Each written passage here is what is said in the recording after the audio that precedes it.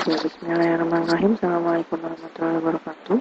Untuk pertemuan yang kali ini kita akan membahas mengenai propagasi pada sistem komunikasi bergerak. Untuk propagasi pada sistem komunikasi bergerak secara umum itu nanti dibagi menjadi dua, yaitu ada propagasi large scale dan juga propagasi small scale.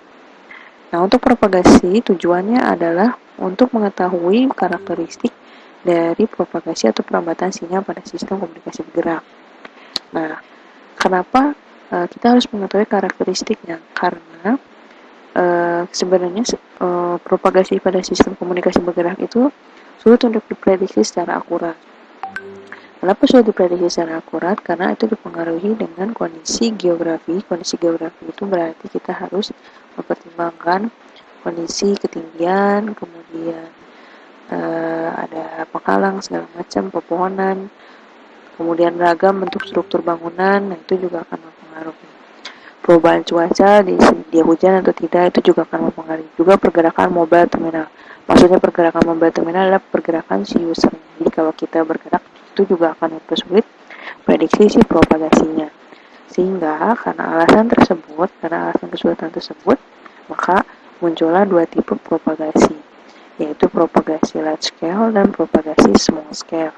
Tujuannya untuk mengetahui karakteristik dari perambatan sinyal sinyal itu dari pemancar ke penerima atau ke user yang diterima. Untuk propagasi large scale ini dibagi menjadi dua metode, yaitu metode secara teoritis dan metode secara empiris. Untuk metode secara teoritis itu ada free space loss, plain earth path loss, dan diffraction loss atau difraksi. Kemudian secara empiris sebenarnya banyak, cuman yang umumnya kita pakai adalah ini, dan ini biasanya kita terapkan di kondisi outdoor atau di lapangan. Nah, ada satu lagi metode empiris itu untuk kondisi indoor atau dalam ruangan, biasanya menggunakan pemodelan COS 2, 3, 1. Nah, untuk metode pendekatan teoritis, di sini metode pendekatan teoritis kita bahas mengenai free space loss. Untuk kondisi free space path loss atau FSL, nah ini dijabarkan dengan persamaan L sama dengan 32,5 plus 20 log F. Nah, frekuensinya ini harus dalam bentuk megahertz. Kemudian plus 20 log D, dan ini harus dalam bentuk D-nya jarak kilometer. FSL atau free space loss ini harus memenuhi dua syarat utama, yaitu pemancar dan penerima itu harus bersifat loss atau line of sight. Jadi tidak boleh ada penghalang di tengah-tengahnya.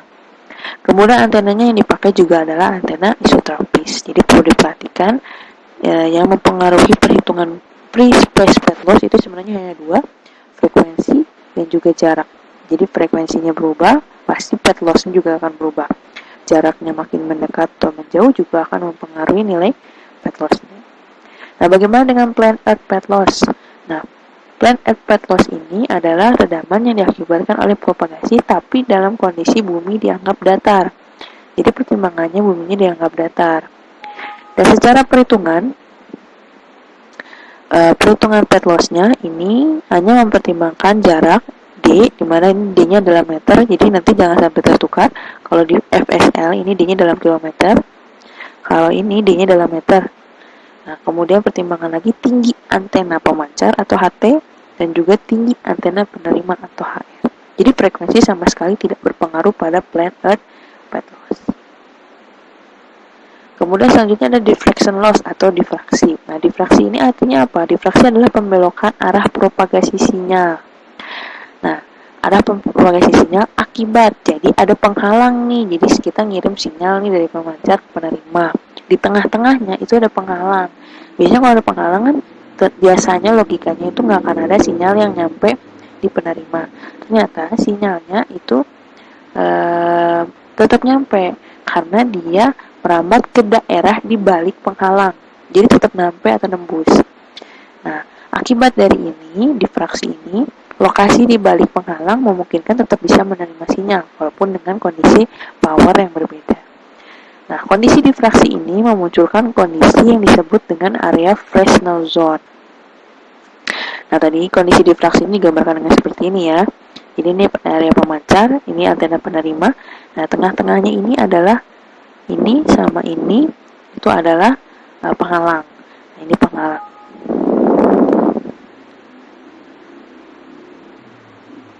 Penghalangnya ini bernilai positif karena makin ke atas nilainya positif dan ke bawah itu makin negatif. Nah, Fresnel zone itu digambarkan seperti apa sih? Nah, ini yang lingkaran-lingkaran ini adalah area Fresnel zone atau disebut dengan path clearance. Jadi, sinyal yang merambat di area Fresnel zone itu akan memiliki nilai redaman yang rendah. Nah, dan kemungkinan sinyal itu nyampe dengan kemungkinan loss atau kehilangan yang rendah. Nah, kalau digambarkan dalam bentuk grafik, nah ini ada nilai 0, 1, 2, 3, minus 1, minus 2, minus 3, di mana sumbu X ini adalah parameter Fresnel difraksi atau difraksi Fresnel. Maksudnya gimana? Saat Tx dan Rx-nya sejajar, ini berada pada nilai 0, 0 ya. Jadi kalau ini 0, itu berarti kondisinya adalah ini sama ininya sejajar.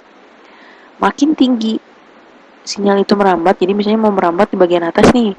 Nah, itu nilai Fresnel-nya adalah positif. Kalau mau ke bawah itu negatif. Makanya di sini ada dinyatakan bahwa kalau semakin tinggi maka nilai H-nya adalah positif. Tapi kalau di bawah garis ini nilai H-nya adalah negatif. Gitu ya. Jadi positif negatifnya kalau makin tinggi makin bernilai positif.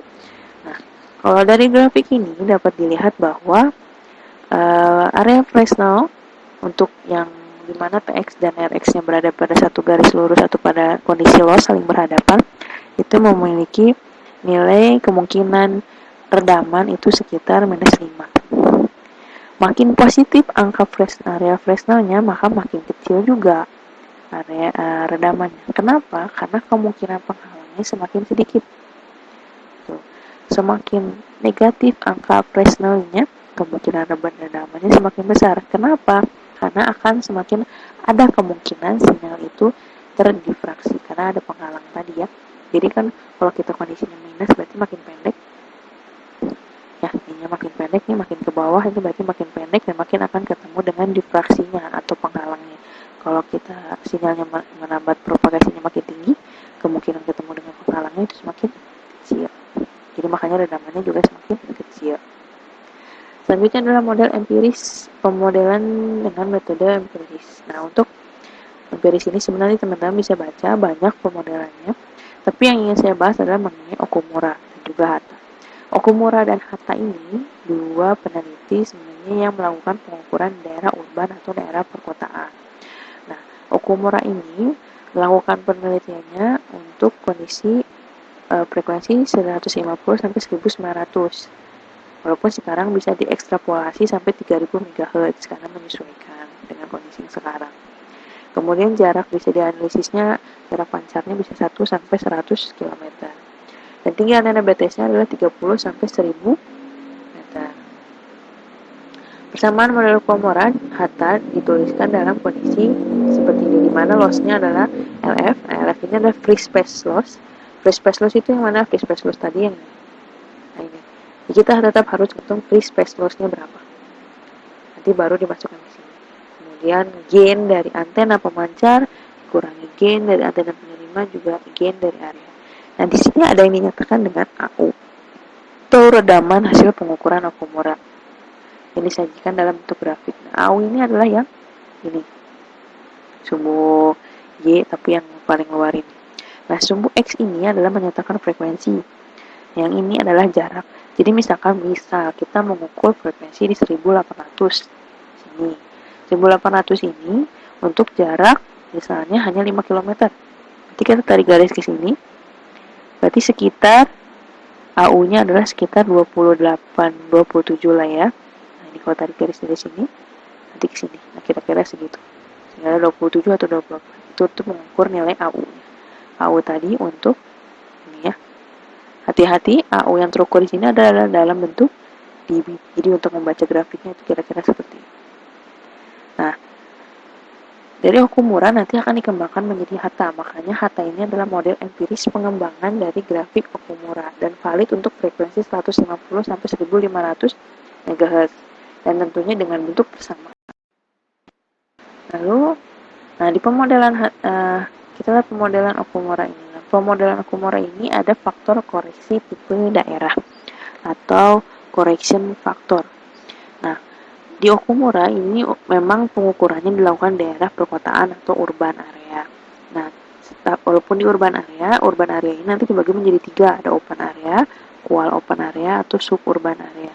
Open area ini area perkotaan padat, misalnya di kota Bandung. Kemudian qual open area ini area Cimahi misalnya. Suburban ini area kabupaten Bandung Barat ataupun kabupaten Bandung. Nah, makin padat areanya, maka makin tinggi juga area correction faktornya. Jadi ke tingkat kepadatan penduduk, tingkat kepadatan perkotaan, penghalang segala macam, maka makin tinggi juga faktor koreksinya. Tapi makin rendah tingkat kepadatannya, maka makin rendah juga nilai correction factor. Itu untuk pemodelan large scale secara ini ya. Nah, kemudian di sini ada, nanti sisanya bisa dibaca. Nah, untuk tadi model empiris untuk indoor. Nah, untuk indoor sendiri sebenarnya secara umum yang dipakai adalah COS 231. Tapi yang ingin saya sampaikan di sini adalah untuk loss pada indoor itu sebenarnya diperhatikan apa? Yang diperhatikan adalah selain propagasi tadi, ada yang kita pakai adalah COS 231. Yang kita perhatikan adalah tipe material yang dipakai di ruangan tersebut. Jadi ada banyak material di sini, mungkin ada metal, aluminium, foil, tembok atau segala macam. Nah, ini punya nilai loss masing-masing untuk di frekuensi yang juga berbeda. Dan ini akan mempengaruhi nilai loss atau redaman sinyal yang diterima oleh si user. Konsepnya seperti itu. Jadi material bangunan itu akan mempengaruhi redaman dari sinyal yang diterima si user. Kira-kira seperti itu. Kemudian untuk propagasi small scale. Nah, propagasi small scale ini kaitannya sebenarnya lebih banyak membahas multipad. Apa itu multipad? Multipad adalah lintasan jamak yang ditempuh oleh sinyal untuk sampai di penerima. Maksudnya gimana? Nah, digambarkan dalam seperti ini. Nah, antena pemancar mengirimkan sinyal dalam bentuk, atau dia punya coverage dalam bentuk beam.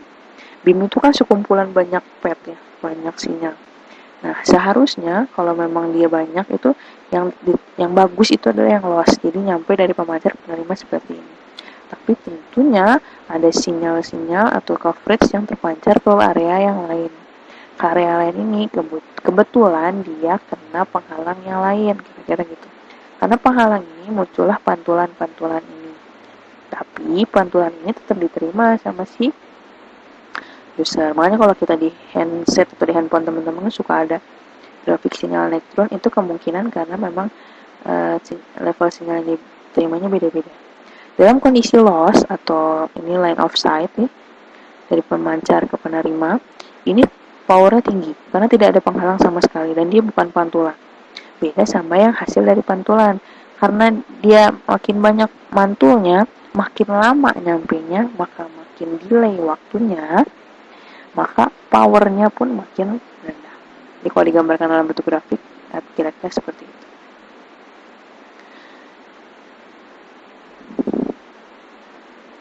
Nah, itu konsepnya ya.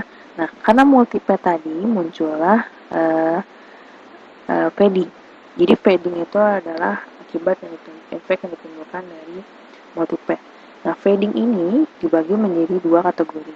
Jadi yang disebabkan oleh multipad time delay, ada yang disebabkan oleh efek Doppler.